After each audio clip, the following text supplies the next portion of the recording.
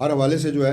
اور پھر اس کے بعد اگلا جو سٹیپ ہوتا ہے تھوپنے کے بعد وہ ہوتا ہے وائلنس, تشدد, جو کہ سیاست میں انفارچونیٹلی پاکستان کی لایا گیا ہے. اور یہ بھی جو میں نے آپ کو کہا کہ مجھے اس طرح کی سیاست کے پیچھے اگین وہ قوتیں نظر آتی ہیں جو پاکستان میں اسٹیبلٹی نہیں لانا چاہتی کسی بھی صورت میں. اس خطے میں بھی ہمارے بہت دشمن بیٹھے ہیں ہمارے دائیں بائیں, اور بین الاقوامی دنیا میں بھی ہم ایک ایٹمی ملک ہیں, واحد اسلامی ملک ہے جو کہ ایٹمی صلاحیت رکھتا ہے. تو بہت سارے لوگ ہیں پوری دنیا میں اسٹیبلٹی کی جانب جو آپ کو اپنے پاؤں پہ کھڑا ہونا نہیں دیکھنا چاہتے, اور ان کا اعلیٰ کار وہ بنتے ہیں کہ جو اپنے ملک کو ڈی اسٹیبلائز کرتے ہیں. وہ ہر شعبے میں لوگ ہیں, وہ سیاست میں بھی ہیں, وہ آپ کے شعبے میں بھی ہیں, جرنلزم میں بھی ہیں, وہ آپ کے دیگر جو ملک کے ادارے ہوتے ہیں ان میں بھی گھسے ہوتے ہیں, جو آپ کے ملک کے مفاد کے خلاف کام کر رہے ہوتے ہیں یا جانے انجانے میں استعمال ہو رہے ہوتے ہیں. اچھا, اسٹیبلٹی کی جانب جو اگر میں کچھ چیزوں کو رکھوں, آپ لوگوں نے کچھ ایسی چیزیں کی ہیں کہ شاید اس سے امکانات بڑھتے ہیں پاکستان اسٹیبلٹی کی جانب جائے, جیسے کہ 26ویں آئینی ترمیم جو ہے, آپ نے دیکھا کہ جوڈیشل ریفارمس جو ہیں بہت زیادہ دیرینہ مطالبہ تھا, بزنس کمیونٹی کا بھی تھا, عوام کا بھی تھا. پھر آپ نے یہ بھی دیکھا کہ کچھ بلز کے ذریعے سے جو آئینی چیف ہے, آرمی چیف ہے, اس کی مدت ملازمت ہے, اس کے اندر ایک تسلسل, ایک اسٹیبلٹی استحکام لانے کے لیے بھی آپ نے 5 سال بھی اس کو کر دیا.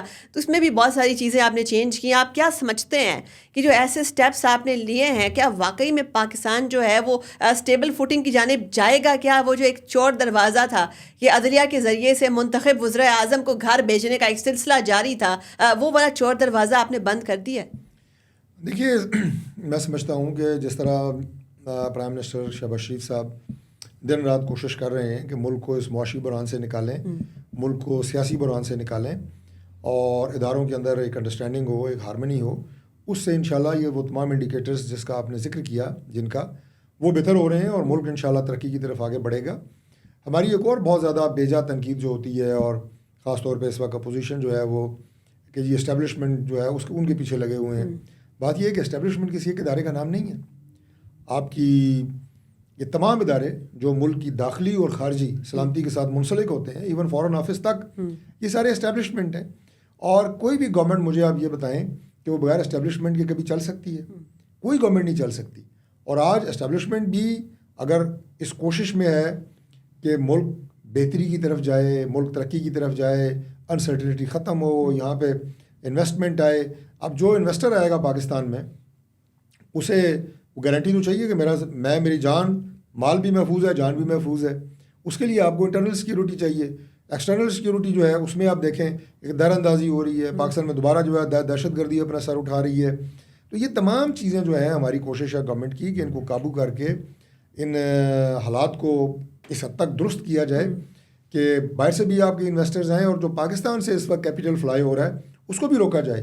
نوجوانوں میں یہ کانفیڈنس پیدا کیا جائے کہ نہیں, اس ملک کا مستقبل انشاءاللہ محفوظ ہے اور شاندار ہے, تاکہ وہ اس ملک کے اندر اپنی جو ان کی صلاحیتیں ہیں انہیں بروئے کار لاتے ہوئے اپنا کردار ادا کر سکیں. اچھا, عمران خان صاحب جب پاور میں تھے تو ان کے اوپر بڑی تنقید ہوتی تھی کہ یہ ایک ہائبرڈ رجیم ہے اور اس کو رن کر رہے ہیں. پھر آپ لوگوں کی جب گورنمنٹ آئی ہے اور آپ لوگوں کی خاص طور پر ڈیفینس منسٹر خواجہ آصف صاحب وہ کیٹیگوریکلی کہہ رہے ہیں کہ ایک ہائبرڈ ماڈل ہے اور یہی ہماری ریالٹی ہے اور اسی میں ہی ہمیں سروائیو کرنا ہے.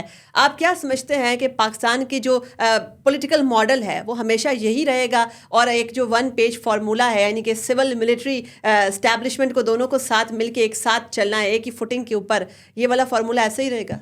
دنیا کا کوئی ملک جس میں آپ کی سول ایڈمنسٹریشن یا آپ اس کو ایک طرف منہ ہو, اسٹیبلشمنٹ کا منہ دوسری طرف ہو, وہ نہیں چل سکتا. وہ کوئی سپر پاور ہو یا کوئی دنیا کا چھوٹا سے چھوٹے ملک کا نام لے لیں, نہیں چل سکتا. ملک تبھی ترقی کرے گا جب ان دونوں کا رخ ایک سمت میں ہو, اور وہ پاکستان میں اگر ایک سمت میں ہے تو یہ کوئی غیر معمولی بات نہیں ہے.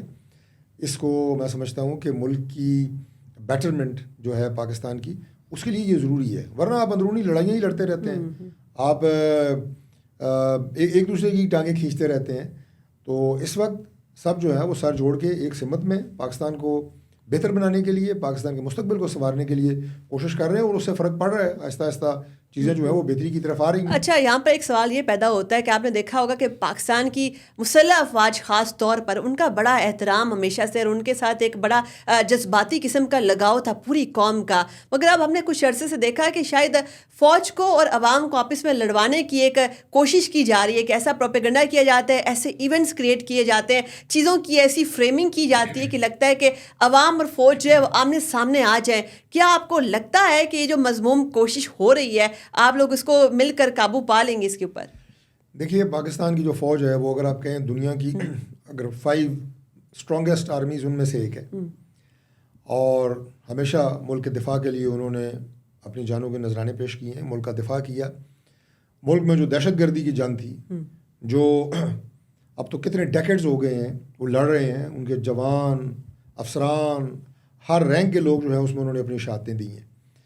اب جو پاکستان کی فوج کے خلاف اگر کوئی پروپیگنڈا کر رہا ہے یا اس کو کمزور کرنے کی کوشش کر رہا ہے یا عوام کو اسے لڑانے کی کوشش کر رہا ہے، وہ اس ملک کا ہمدرد ہے؟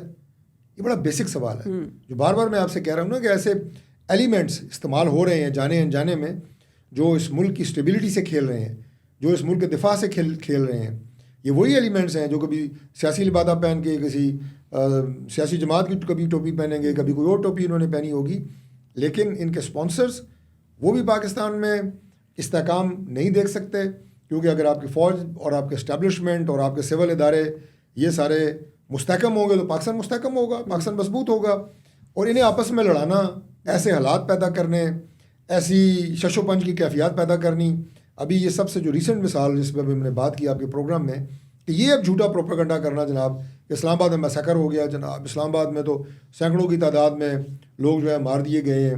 پتہ نہیں وہ جن تھے یا کون تھے جن کو مار دیا گیا ہے. مجھے آپ نے پوچھا کہ جوڈیشل کمیشن، تو جنوں کے مرنے کے اوپر تو جوڈیشل کمیشن نہیں بنا کرتے نا. تو یہ سارے حالات پیدا کرنے والی وہ قوتیں ہیں جو اس ملک کو مضبوط نہیں دیکھنا چاہتی. اور انشاءاللہ میں سمجھتا ہوں کہ حالات قابو ہوں گے. اچھا، دہشت گردی کا آپ نے ذکر کیا، وہ کانفیڈنس اپنے اداروں پہ اور فوج پہ، سول اداروں پہ، وہ وقت کے ساتھ بڑھے گا. مسائل کیا ہیں اس میں جو میں کہہ سکتا ہوں کہ رولا اصل میں ہے کیا؟ وہ یہ ہے کہ ملک میں مہنگائی ہے، یہ ماننے والی بات ہے. لوگوں کی زندگی کے اندر مشکلات ہیں، بجلی کے بل جو ہیں وہ بہت زیادہ ہیں، اور وہ لوگ افورڈ نہیں کر پا رہے ہیں، جس سے پینک تو ہے. اچھا، جیسے کہ آپ جب نے یہ پرفارمنس ہوگی، جب لوگوں کی زندگی کے اندر واقعی چینج آئے گی. یہ انڈیکیٹرز اپنی جگہ پہ صحیح ہے کہ تمام وہ بہتر ہو رہے ہیں، لیکن اصل میں سمجھتا ہوں کہ انڈیکیٹر جو ہے، جب پبلک یہ کہے گی کہ ہاں ہماری زندگی کے اندر اب تھوڑی آسانی آ گئی ہے، ٹھنڈی ہوا کے جھونکا آ گیا، اس وقت آپ دیکھیں گے انشاءاللہ تعالیٰ کہ ادارے، اگین جو میں کہہ رہا ہوں اسٹیبلشمنٹ اینڈ سول ادارے، وہ انشاءاللہ تعالیٰ مل کے. اچھا، دہشت گردی کا آپ نے ذکر کیا، مجھے اس پہ آپ سے پوچھنا ہے کہ دوبارہ سے دہشت گردی کی ایک لہر پورے ملک کے اندر آپ نے دیکھا، خاص طور پر بلوچستان اور کے پی کے اندر، پارا چنار کے اندر بڑی ایک خوفناک آگ لگی. آپ کیا سمجھتے ہیں کہ جو دہشت گردی کا افریت ہے، جس طرح اے پی ایس ہوا تھا، تمام سیاسی قوتیں، تمام سٹیک ہولڈرز بیٹھے تھے، انہوں نے کنسنسس کے ذریعے سے اپنے تمام ڈفرینسز کو سائڈ پہ رکھا اور ایک پالیسی کے اوپر ایگری ہوئے، اور اس کے بعد چونکہ کلیئر کٹ مینڈیٹ آپ نے سیکیورٹی فورسز کو دیا، اس کے بعد آپ نے اس کا صفایا کیا، اس منٹس کو ختم کیا. اب کیا دوبارہ ہم اس موڑ کے اوپر کھڑے ہیں کہ تمام سیاسی قوتوں کو، اور چونکہ آپ گورنمنٹ میں ہیں تو آپ کا چونکہ زیادہ اپر ہینڈ، آپ کا رول بنتا ہے کہ سب کو ایک پیج کے اوپر لے کے آئیں اور ایک منظم پالیسی سازی کے ذریعے سے سب قوتوں کو وہاں پر آپ جمع کریں، ایک کلیئر مینڈیٹ دیں سیکیورٹی آپریٹرز کو، اور دوبارہ جو اس محنت سے جان چھڑائیں قوم کی. دیکھیے، بات یہ ہے کہ پاکستان نے بہت زیادہ قربانیاں دی ہیں. دہشت گردی کی جو جنگ ہے، یہ ہماری جنگ نہیں تھی، یہ ایک انٹرنیشنل وار تھی، اور اس میں پاکستان نے سب سے زیادہ سفر کیا ہے. بلکہ میں تو یہ بھی گلہ کروں گا کہ انٹرنیشنل کمیونٹی نے جس طرح پاکستان کا ساتھ دینا چاہیے تھا اس طرح نہیں دیا، نہ پہلے دیا نہ آج دے رہے ہیں، اور یہ جنگ ہم آج بھی لڑ رہے ہیں. اور اس کے لیے ہمارے جن اداروں کی اور عوام کی بڑی شہادتیں ہوئیں، اور جن اداروں نے اس جنگ کو لڑا اور لڑ رہے ہیں، وہ لائق تحسین ہے، اس میں کوئی شک نہیں ہے. ان کی بہت زیادہ شہادتیں بھی ہوئی ہیں. یہ سب پاکستان کی سلامتی کے لیے اور یہاں پہ جو لوگ رہتے ہیں ان کی جان و مال کے تحفظ کے لیے یہ ساری قربانیاں دی گئی ہیں. یہ قابل ستائش ہیں، اور جو کوششیں جاری ہیں ہمیں انہیں آگمنٹ کرنا چاہیے. سیاسی جماعتوں کو چاہیے کہ ان چیزوں کے اوپر جو میں نے کہا کہ جو پاکستان کے لیے ہے، اس میں اپنے اختلافات بلا کے اس ایجنڈے کے اوپر ضرور بیٹھیں. اور جب تک سیاسی جماعتیں نہیں بیٹھیں گی، پاکستان کے مسائل حل نہیں ہوں گے. بالکل، آپ بیٹھیں یا 10 سال بعد بیٹھیں, اگر ہوش کے ناخن لیں تو جلدی بیٹھیں, یک نکاتی ایجنڈے کے اوپر بیٹھیں کہ ہاں ہم نے مل کے ملک کو بنانا ہے. کوئی صورت نہیں ہے کہ پاکستان آگے نہ بڑھے. اچھا, ابھی ہم نے دیکھا کہ اسٹاک مارکیٹ جو ہے فوراً وہ بڑے زبردست پرفارمنس دے رہی ہے. اس کے علاوہ آپ نے یہ بھی دیکھا کہ آئی ایم ایف کا ایک وفد جس کا اچانک پاکستان میں وہ آتا ہے اور بڑی جو ہے وہ پیشین گوئیاں ہوتی ہیں کہ شاید ایک منی بجٹ بھی آئے گا, اور اس کے یہ ہم چونکہ شارٹ فال میں جا رہے ہیں, ٹیکس ریونیو ویسے ہمارا جنریٹ نہیں ہو سکا, لیکن وہ جو ہے وہ واپس چلا گیا اطمینان کا اظہار کر کے. اب دیکھنا یہ ہے کہ کیا ہم اپنی ریونیو جنریشن کو اسٹیبل فوٹنگ کی جانب لا رہے ہیں. ایگریکلچر ٹیکس ہے, جیسے کہ ایف بی آر کی پرفارمنس ہے, ایکسپورٹس کو بڑھانا, ہم سسٹمیٹک اسٹرکچرل ریفارمس کر رہے ہیں. کیا ہمارا یہ آئی ایم ایف پروگرام جو ہے یہ لاسٹ پروگرام ثابت ہو سکتا ہے؟ جی بالکل, ہماری پوری کوشش ہے کہ یہ آئی ایم ایف کا پروگرام جو ہے یہ ہمارا آخری پروگرام ثابت ہو. اس سے پہلے ہم آئی ایم ایف کو خیر آباد کہہ چکے تھے, جو ہمارا 2013 سے لے کے 18 تک کا پیریڈ تھا. میاں نواز شریف صاحب وزیر اعظم تھے تو یہ کشکول ٹوٹ گیا تھا. پھر دوبارہ یہ عمران خان صاحب کے دور میں یہ آئی ایم ایف والا پروگرام دوبارہ شروع ہوا. اور اب چونکہ جب پی ڈی ایم کی گورنمنٹ ہماری بنی تو ملک اس وقت بالکل یعنی دیوالیہ پن کے قریب تھا, اور کہا یہ جا رہا تھا کہ جناب ملک دیوالیہ ہو جائے گا. لیکن الحمدللہ ہم نے اس صورتحال میں مشکل فیصلے کیے جس سے سیاسی طور پہ ہمیں نقصان بھی پہنچا, لیکن ملک آگے بڑھ رہا ہے اور آج آپ کی معیشت جو ہے وہ بہتری کی طرف گامزن ہے.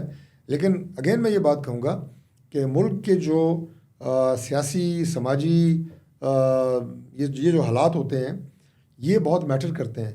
یہ آپ کی جو معاشی اسٹیٹس ہوتا ہے ملک کا اسے بہتر بنانے کے لیے, کیونکہ اگر معیشت کا پہیہ چلے گا تو تب چلے گا جب ملک کے اندر انویسٹمنٹ ہوگی, کاروبار ہوگا, ترقی ہوگی, اندرونی بیرونی طور پہ یہاں سرمایہ کاری ہوگی. سی پیک کا آپ نے نام لیا, پاکستان کے لیے گیم چینجر تھا, لیکن انفارچونیٹلی اس کو بھی ہم اس طرح کیش نہیں کروا سکے. عمران خان صاحب کے دور میں تو بالکل رول بیک ہو گیا تھا, چائنیز کو انہوں نے ناراض کر دیا تھا, سعودیز کو ناراض کر دیا تھا. یہ ہر فرنٹ کے اوپر وہ تباہی پھیلانے کے درپے تھے اور پھیلائی انہوں نے. اب ان چیزوں کو دوبارہ ڈیمیج کنٹرول کرنے کے بعد بہتری کی طرف ہم لے کے آ رہے ہیں. اور مجھے کوئی یار نہیں ہے یہ بات کہنے میں کہ جو ٹیم اس وقت لگی ہوئی ہے پرائم منسٹر شہباز شریف صاحب کی زیر صدارت انشاءاللہ پاکستان کو آگے لے کے جائے گی. ایک کوئک ٹیک آپ کی اس ایشو کے اوپر چاہیے کہ جیسے آپ نے خود ابھی ذکر کیا پاکستان کے دیوالیہ ہونے کی باتیں ہو رہی تھیں, تو ہماری جو اتنی زیادہ یہ نیگیٹیوٹی کے اوپر ہم فوکس بحثیت قوم کیوں کرتے ہیں کہ خود ہی جو ایک دم سے ایک نیریٹیو ایک دم سے اتنا زیادہ پاپولر ہو جاتا ہے کہ شاید اب ملک دیوالیہ ہوا کا ہوا, اب ملک جو ہے سری لنکا بن جائے گا, کبھی کہا جاتا ہے کہ ہمارا ملک بنگلہ دیش بن جائے گا, کبھی جو ہے قطر کی باتیں کی جاتی ہیں. ہم ان تمام چیزوں کے اندر کیوں پھنسے ہوئے ہیں؟ ہمارے ڈسکورس کے اندر اسموک کیوں نہیں ہے؟ کلائمیٹ ریزیلینٹ ڈیولپمنٹ کیوں نہیں ہے؟ ڈیجیٹل اکانومی ہمارے عام گفتگو کا موضوع کیوں نہیں ہے کہ ہم کیوں نہیں بات کریں؟ آپ دیکھیں کہ پریزیڈنٹ الیکٹ ڈونلڈ ٹرمپ وہ پرو انڈیا کیبنٹ پکس کر رہے ہیں. ہماری بحثیت قوم اسٹریٹجی کیا ہونی چاہیے؟ یہ تمام چیزیں ہمارا موضوع بحث ہے ہی نہیں. ہم صرف یہی ڈسکس کر رہے ہیں کہ اب یہاں پہ دھرنا ختم ہو گیا تو احتجاج شروع ہو گیا تو یہاں پر جو ہے اتنا نقصان ہو گیا. یہ والا ڈسکورس کیسے چینج ہوگا؟ یہ وہی ہمارے نادان دوست ہیں جن کا ابھی اس سے پہلے بھی ہم پروگرام میں ذکر کر چکے ہیں کہ جو پاکستان کی سیاست میں بھی شر پھیلا رہے ہیں, پاکستان میں انسرٹنٹی پیدا کر رہے ہیں. اس طرح کی خبریں جو ہیں انہیں باقاعدہ پروپیگیٹ کیا جاتا ہے. وہ سمجھتے ہیں کہ شاید اس طرح کی خبروں سے نقصان گورنمنٹ کو ہوگا یا ہمیں ہوگا, لیکن وہ یہ بھول جاتے ہیں کہ اس طرح کی چیزیں پھیلا کے, یہ نیگیٹیوٹی پھیلا کے آپ اصل میں نقصان ملک کا کر رہے ہوتے ہیں. لیکن انہیں پتہ ہو بھی اور پتہ ہے بھی تب بھی انہیں کوئی سروکار نہیں ہے کہ جناب ملک خدا نخواستہ پیچھے جا رہا ہے. پاکستان جو ہے اس میں مسائل اس کے زیادہ ہو رہے ہیں, اور جب پاکستان کے مسائل زیادہ ہوں گے تو ظاہر ہے لوگوں کے مسائل زیادہ ہوتے ہیں. لیکن ان کا سروکار یہ ہے کہ وہ منفی سیاست کریں, منفی پروپیگنڈا کریں, جھوٹ بیچیں جو وہ بیچ رہے ہیں اور بڑی خوش اسلوبی سے بیچ رہے ہیں. اور یہ جھوٹ بیچنے کے اوپر ظاہر ہے آپ کو انویسٹمنٹ کرنی پڑتی ہے. وہ انویسٹمنٹ کون کر رہا ہے؟ اگین میں آپ کو بتا چکا ہوں کہ وہ پاکستان دوست تو نہیں ہیں جو اس طرح کی چیزوں کو پروپیگیٹ کرتے ہیں کہ جس سے اس ملک کے اندر جو ایک یقین اور اعتماد پاکستانیوں کو, بیرونی انویسٹرز کو, پاکستان کے دوست ممالک کو ہونا چاہیے وہ نہ آ سکے. میں پھر یہ کہوں گا کہ سیاست کو صرف سیاسی میدان تک رکھیں. یہ ہمارے ادارے, ملک, اس کی ترقی یہ ہمارا سانجھا سبجیکٹ ہونا چاہیے سیاسی جماعتوں کا, کہ اس میں ہم نے سب نے اپنا اپنا حصہ ڈالنا ہے. جو گورنمنٹ ہے اس کا حصہ سب سے زیادہ ہے کیونکہ وہ ڈرائیونگ سیٹ پہ ہے, اور جو باقی جماعتیں ہیں جو پارلیمنٹ کے اندر ہیں, بھلے وہ اپوزیشن میں ہیں, بھلے وہ ہمارے اتحادی ہیں, وہ پاکستان کی ترقی میں اپنا اپنا حصہ ڈالیں. آپ نے بڑی خوبصورت بات کہی. پاکستان کی ترقی کی ٹانگ کو نہ کھینچیں, اس ٹانگ کو نہ مروڑیں. لیکن یہ سمجھتے نہیں ہیں. بڑی اللہ تعالیٰ ہدایت دے خوبصورتی ان سے کو. آپ نے جو ہے بڑا ایک اچھا میسج دیا اور اسی نوٹ کے اوپر ہم کنکلوڈ کرتے ہیں. آپ کے وقت کا بہت بہت شکریہ. جیسے کہ ہمارے معزز مہمان نے بھی بڑا خوبصورتی سے پوائنٹ آؤٹ کیا کہ اس میں ہم سب کو اپنا حصہ ڈالنا ہے. جو ریاست ہے اس کی ترقی کے لیے, اس کی خوشحالی کے لیے ہر اسٹیک ہولڈر کو اپنی وفاداری ریاست کے ساتھ ثابت کرنی ہوگی. مگر انفارچونیٹلی ہم نے شخصیات کو ریاست سے بہت اوپر کا درجہ دے دیا ہے. ریاست کہیں بہت پیچھے چلی گئی ہے. جس ملک کے لیے, جس وطن کے لیے ہمارے آباء و اجداد نے اتنی قربانیاں دیں, ہم نے اس کو فراموش کر دیا, اس کے مقصد کو, اس کے نظریے کو قطعاً فراموش کر دیا. اور ہم نے یہ دیکھا صرف کہ کوئی اگر شخصیت یا کوئی سیاسی جماعت یا کوئی سیاسی ایجنڈا اگر ہمیں سوٹ کرتا ہے, اگر وہ والی جو جماعت ہے وہ پاور میں آ جاتی ہے تو ہم کہتے ہیں سب ٹھیک ہے. پھر ہم اس کے بعد ان کی کوتاہیوں کے اوپر, غلطیوں کے اوپر بھی پردہ ڈالتے ہیں, ان کی اکاؤنٹیبلٹی نہیں کرتے. لیکن اگر کوئی اور نظریہ جو ہے کسی اور سیاسی جماعت کو موقع ملتا ہے تو ہم اس کو کنٹروورشل کر دیتے ہیں. ہم کہتے ہیں کہ ہم نے اس کو کسی بھی صورت برداشت نہیں کرنا. ہم یہ نہیں سوچتے کہ پاکستان ایک multi fabric, multi culture nation ہے. اس کی بہت ساری ایتھنیسٹیز ہیں. یہاں پر ہر کسی کو چانس ملنا چاہیے, ہر نظریے کے حوالے سے ٹالرنس ہونا چاہیے. مگر انفارچونیٹلی ہم بہت زیادہ انٹالرنٹ قوم بن چکے ہیں. اپنی میزبان سارہ خان کو دیجیے اجازت. اللہ حافظ.